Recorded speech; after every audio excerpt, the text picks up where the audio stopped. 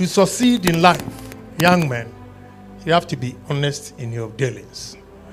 A lot of Ghanaian businesses are also not attracting partners because of dishonesty. Read my lips. I'm not afraid. I'll tell you the truth.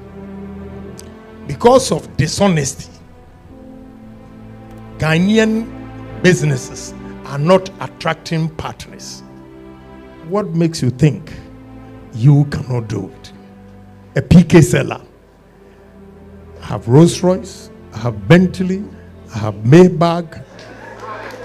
You know, I have all these cars packed. I don't even drive them. You can do it. Say, I can do it. I can do it. But not just saying you can do it. You can do it. A dint of hard work, honesty, ability to save. And when you accumulate capital, some people, Prof was describing, they are afraid to take risk. So the money will be sitting in the bank. Every month when they get their balance, they are so excited. They are not going to do well. You need to take risk and invest the capital. So investment, that's where you take the risk and you are different from other colleagues who are looking at their bank statement every month thinking they have money because they are comfortable to be civil servant for the rest of their lives. And I know those of you here don't want to be civil servants. That's why you are here to listen. You want to be owners of businesses. You want to be CEOs. You want to be captains and giants of industries. That is why you are here. And that makes you an exceptional human being. Clap for yourself.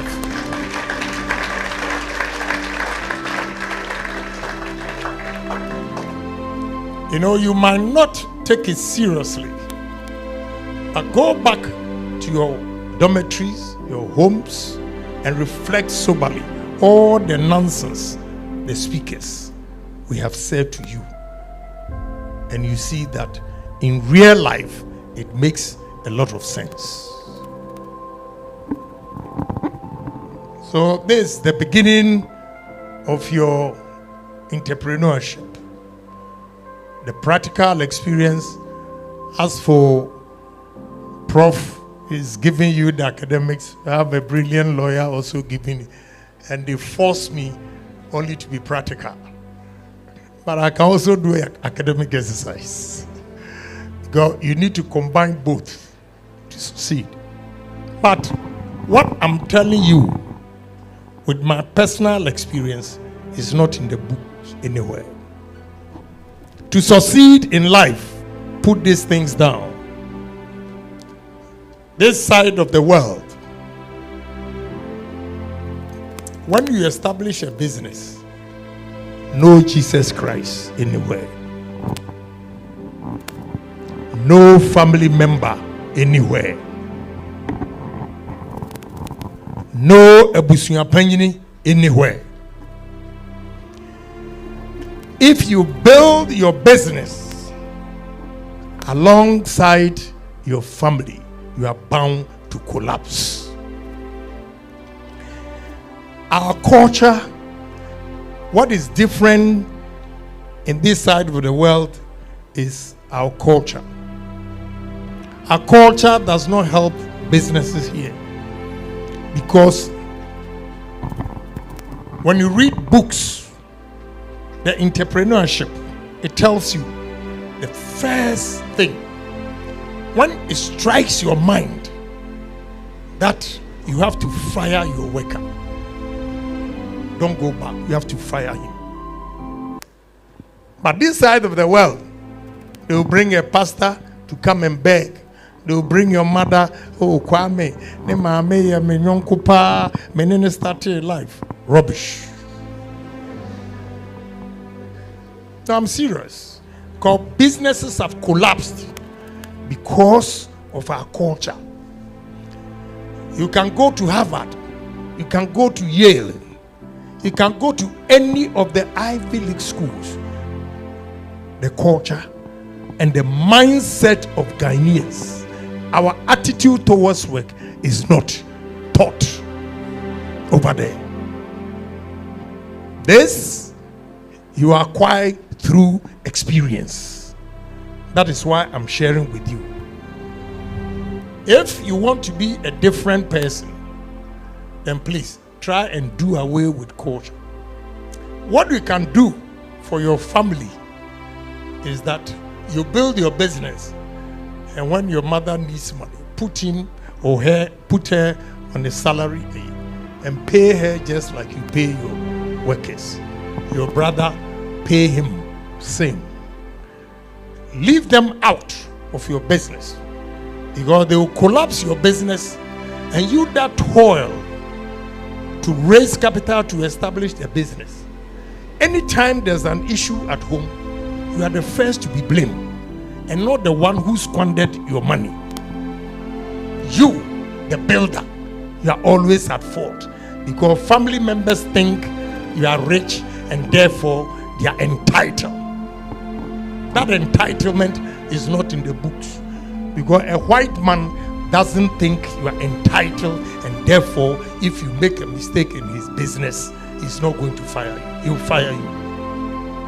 So you guys, the culture in this country does not help our businesses. One academic exercise that I forgot, let me go back to it. The challenges of you and all of us as Ghanaians is access to capital.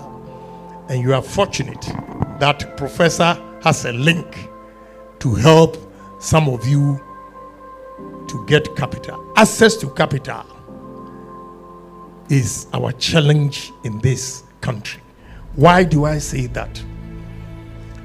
We can equally compete with Indians, Lebanese, Chinese, and every national. But we are not able to do it because they go for loans at a lower rate, between 4 to 5%, to come and establish business here. Whereas we Ghanaians go for a loan at a rate of 35% and up. How can you compete? I just took over a company. So the 7,000 now, first March, I'll add 300 workers to it. I took over a company. They do bottling, sacks, and all those things.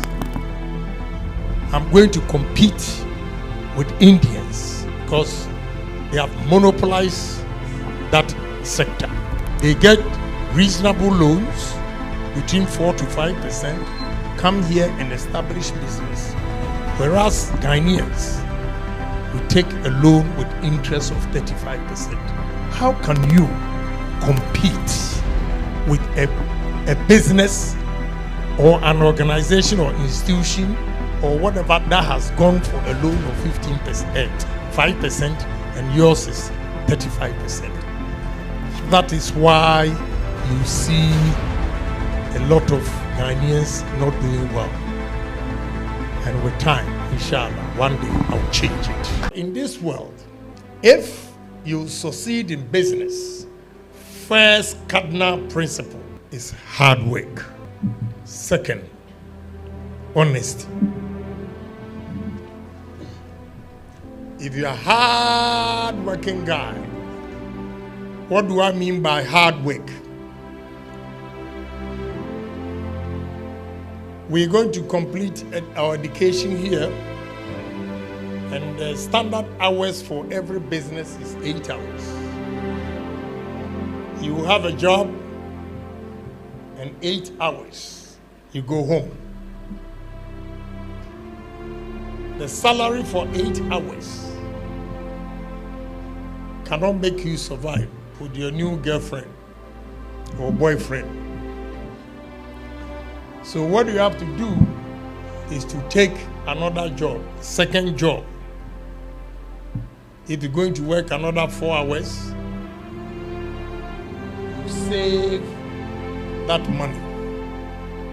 So we come to the word savings. Typical example is here. You are here. Parents give you money to come to school. What you have to do is simply live a subsistent life and do not keep up with the Joneses. The Joneses, if you don't understand what I mean by that, is that you might happen now, a poor boy like in Agyapong, God has blessed my children. If you see my children wearing Ferragamo or Christian Louboutin, and you say to yourself, that lady is laughing here, Fendi, Chanel, then you also say, oh, because Agyapong's daughter is wearing Ferragamo, I'm also going to buy Ferragamo. That is keeping up with the Joneses. You don't need that. Save your money. And no matter how small your income is, if you are not married and you are working, save 70% of your income. How are you going to do that? Especially, this goes to the women. The women, they always want freedom to get boyfriends. So after college, instead of staying with parents and saving money, because when you go out there, the most expensive thing you're going to do, that takes about 30% of your income is rent.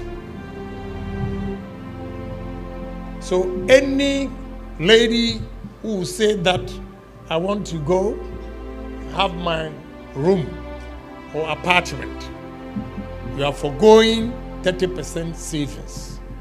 Because when you move from your parents' house, you have to cough that 30% to pay your bill. So if you earn 1,000 cedis and your rent is 300, if you are staying with your parents, you don't want them to disrespect you. So at least you come home every month, you give them 100. You save 200 from rent. Now if you leave home because you have a new job, you leave home, you are going to pay 30%, which is 300. And the rest of the income is 700. How much are you going to save? So it applies to the gentlemen too. I think I should have started with the guys, because they want women. They are in a hurry to get girls. But if you don't save, trust me, if you don't have money, the women will come, they look at where you live, and they put up some attitude. It means you are nothing to write home about. They have to find another man. So you need to stay with parents for at least 5 years and save enough money before you move out. And that savings becomes your capital. In life, to succeed in life, the most difficult thing to get is capital. That is why I'm stressing on savings. When you save and you have enough capital, or you have certain amount, you have a dream to establish a factory. Don't go big. Start the business small. and grow it. And one day, you ask yourself, am I the same person? Because the first question people ask me, those who don't know me, ask you, how did you make it? I told them, savings. I'm here to tell you my story, to encourage you, to inspire you, that you can be somebody. Say to yourself, I'll be somebody. I'll be somebody. To succeed in life, young men, you have to be honest in your dealings. A lot of Ghanaian businesses are also not attracting partners because of dishonesty. Read my lips. I'm not afraid. I'll tell you the truth. Because of dishonesty, Ghanaian businesses are not attracting partners. Partners meaning strategic partners with money that can invest into our business, because we are not honest. Prof was telling us about partnership. With my experience, Prof, it's not easy to go into partnership with Ghanaians. They go out there, especially if you are a minority shareholder. The majority shareholder goes out there, Agyapong, or 20% depending, a whole lot of things. It doesn't encourage it. But if you want to succeed in life, on a more serious note, you have to be honest in your dealings. For the past 3 weeks, I've been to Dubai 3 times to strike deals. I'm going to set up an ethanol factory, and the amount involved is about $400 million, and therefore I need partners. I can't do it alone. But Prof, what is self-gratifying is that we are in a global world.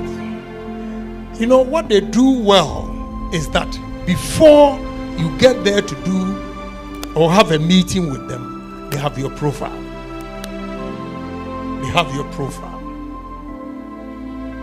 And when you sit there, they greet, they do everything, they know everything about you. They know who you are. So if you are not honest and we have duped some investors, it's there. If you are honest, now I've met 5 billionaires, not just a billion, nobody worth less than $10 billion, and they are willing to do business with me. Why? Because of honesty. I was owing a Chinese guy $5.8 million before election. He was worried. And one Chinese guy in Ghana here told him, as for Ken, he will never take your money. He will pay. And I've paid the money. That goodwill alone is money. When it's out there, black and white, that this man is honest and sincere, everybody is prepared to deal with you.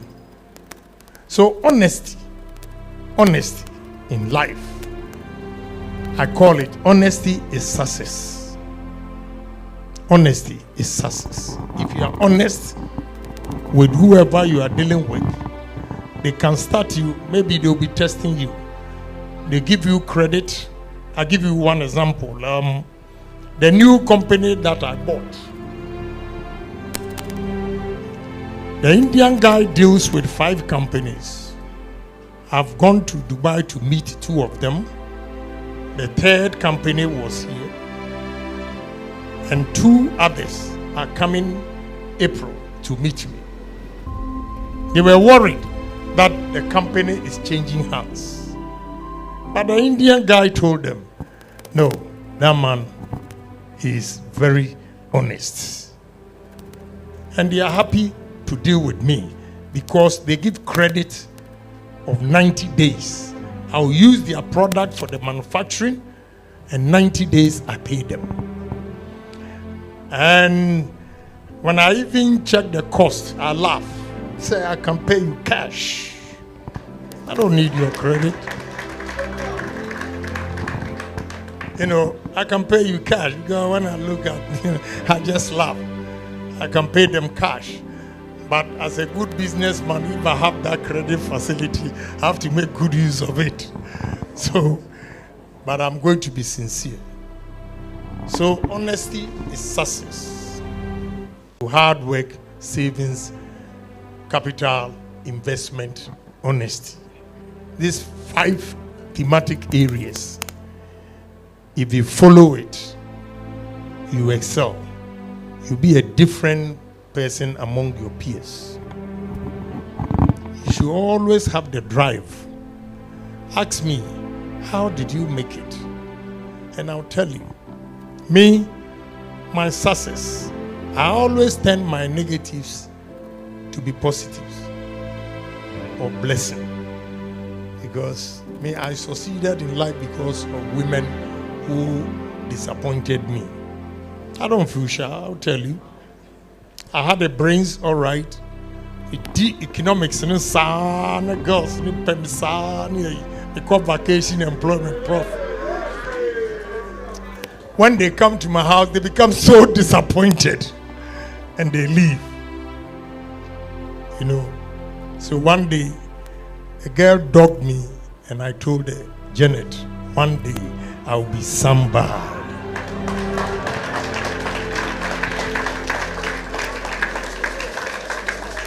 You know, so I turned my negatives to be positives. And one day, it came to pass. I was in London, British Airways flight. Then I was at the first class. She was at the economy. And between the first class and the economy is the business class. So I didn't see her, honestly, but she saw me. And she wanted to come from the economy, go through business class, and come to first class. And they stopped there. But I didn't know. I came to the business class because I had a lot of friends there to chat. Then I saw somebody waving. I realized it was her. I went to her. Then she said, oh, I wanted to come to first class. And I said, Janet, have you forgotten the story about the rich man and the Lazarus? Huh? You are not coming from economy to business. You are jumping business to first class. It never worked. I told you, one day I'll be somebody. You know? So they dogged me because I was from poor home. I said, I'm never going to be poor again. So I made sure I saved a lot of money. And it's possible. Look, let me tell you. In Germany, I was washing plates at a restaurant and I had another job at the supermarket, ProMart. When I went to America, I was working at Zaro Bakery. Then I got a job at Gasiteria, filling station, gas station you call.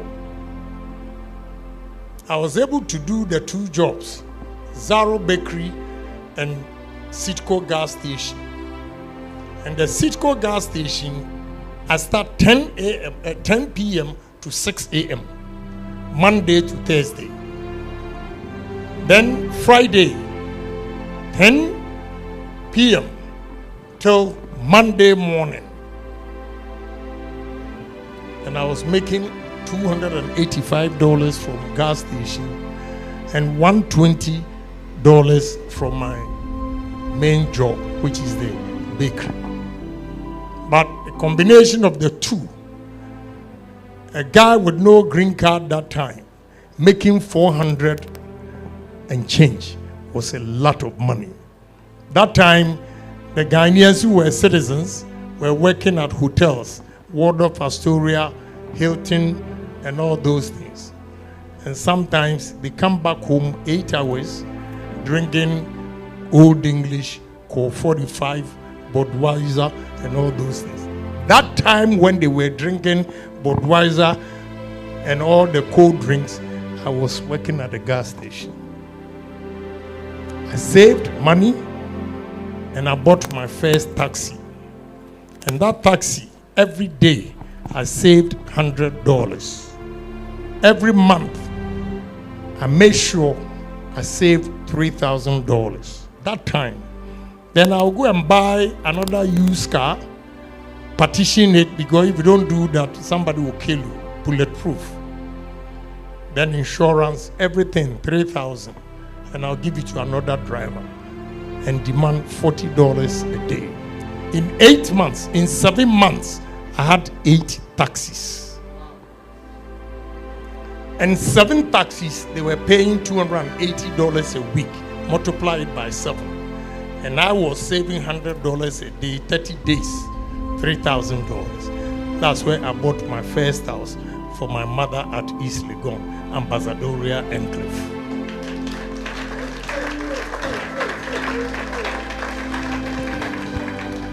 You know, I challenged myself.